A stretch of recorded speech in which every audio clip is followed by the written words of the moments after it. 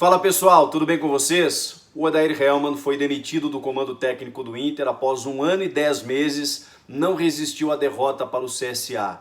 E não apenas a derrota para os alagoanos, a derrota para a Argel Fuchs, tudo isso foi apenas a gota d'água que transbordou o copo. Uma sequência muito ruim, de 4 jogos sem vitória, de desempenhos fraquíssimos, de uma falta de perspectiva, de uma escassez técnica que levou todos à conclusão de que o Odair não conseguia mais extrair algo desse grupo, de um time que foi competitivo em determinado momento da temporada, mas que desde a derrota para o Atlético Paranaense na Copa do Brasil parece que vive ainda de luto, né? Parece que ainda vive a depressão dessa derrota e não consegue se recuperar.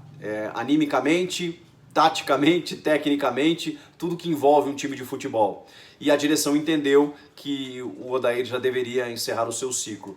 É engraçado isso, né? Eu fiz um vídeo até recentemente falando que o Odair tinha chegado no seu limite mesmo. Porque a gente percebe essas coisas. Quando o ambiente começa a ficar desfavorável, o treinador não consegue mais fazer o time jogar, tudo isso acaba recaindo sobre a responsabilidade do técnico, que não é exclusiva dele, mas a mudança ela se faz necessária, de alguma forma. Depois da derrota para o CSA, o diretor de futebol, o vice de futebol Roberto Melo, chegou a dar uma declaração que nós todos conhecemos como demissionária. Quando o dirigente, primeiro quando ele fala que o treinador está prestigiado, a gente já se preocupa, né? Mas quando ele fala que por enquanto ele é o treinador e que a gente vai avaliar o que é melhor para o clube, quem acompanha o futebol há algum tempo já sabe o que essa declaração significa. Era questão de tempo, o Inter estava em viagem, então precisava retornar para Porto Alegre para demitir o cara, né, dentro do clube, na sua cidade, para que ele possa ir embora e não viajar, né, voltar de uma outra cidade dentro do avião demitido. Então essas coisas funcionam, mas também naturalmente houve uma reunião para definir os rumos do futebol.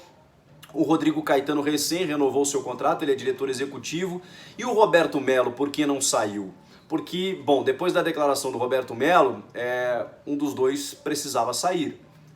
Um dos dois, não haveria clima para os dois permanecerem.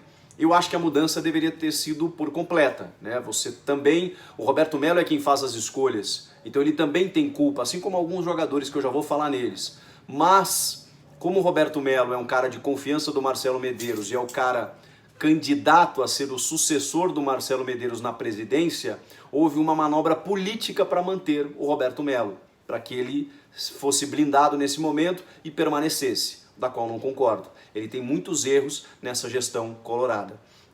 O Odair Hellmann tem a sua culpa porque ele fez realmente algumas escolhas erradas. Insistiu no Wendel na lateral esquerda, nada contra o Wendel, mas não vive uma boa fase, em detrimento do Zeca. E segundo o Odair, porque o Zeca deu uma entrevista quando foi contratado, dizendo que foi contratado para jogar na lateral direita.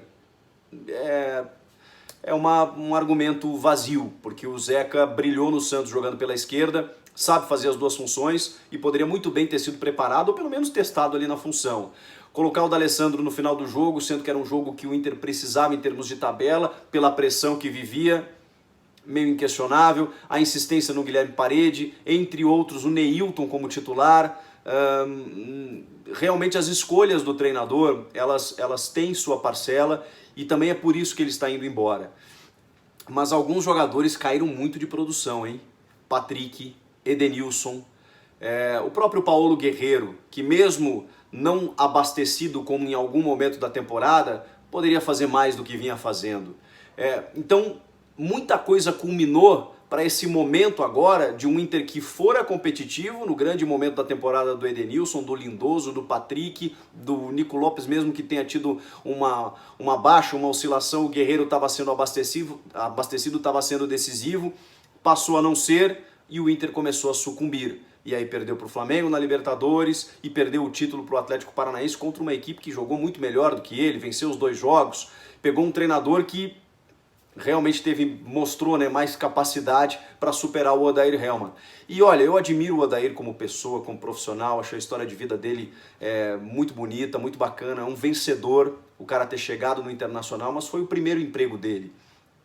Inter e Odair precisam seguir agora sozinhos, um sem o outro. O Inter evoluiu, alcançou outro patamar, não é mais o time que recém voltou da Série B. E o Odair precisa ter uma rodagem, precisa ganhar experiência aí fora, não apenas com o clube no qual ele tem um vínculo, no qual ele era auxiliar e conhecia todo o contexto. Vai ser bom para os dois. Quando eu coloquei esse vídeo há alguns dias dizendo que eu estava sentindo que ele estava chegando no limite, eu não imaginei que fosse ser para agora, porque você precisa de um planejamento para fazer essa mudança. O futebol não permite tempo muitas vezes. A situação começou a ficar insustentável e houve a necessidade de uma mudança.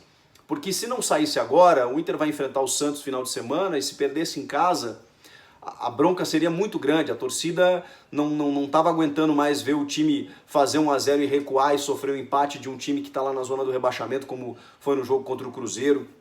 Ganhar com muito suor da Chapecoense, que é a lanterna. O time várias vezes faz um gol, às vezes nem faz, mas recua no segundo tempo, chama o adversário para o seu campo. Era uma postura covarde do Inter em muitos jogos. O torcedor não queria mais isso. E aí isso passa pela gestão do time, né? A gestão técnica do time. Falando em gestão, me parece que o Odair era um cara muito querido pelos jogadores que tentaram demover o presidente da sua demissão, mas o Marcelo Medeiros centralizou, né, essa decisão de manter o Roberto Melo e aí tirar o Odair Hellmann nesse momento. Eu concordo com a decisão agora, eu sou capaz de concordar pelo momento, pelo contexto. O problema é o que você faz a partir de então. Trazer um técnico tampão até o final do ano, e se o cara, por exemplo, um técnico que não seja tão experiente, né? Seja um Odair, no nível do Odair Hellmann, por exemplo, e se ele classifica para a Libertadores, não corre o risco de renovar o contrato, ou quem sabe contrata um técnico e já faz um contrato até o fim do ano que vem, para ele planejar 2020, fazer a montagem do elenco. Quem está desempregado, quem está disponível no mercado para aceitar esse desafio agora?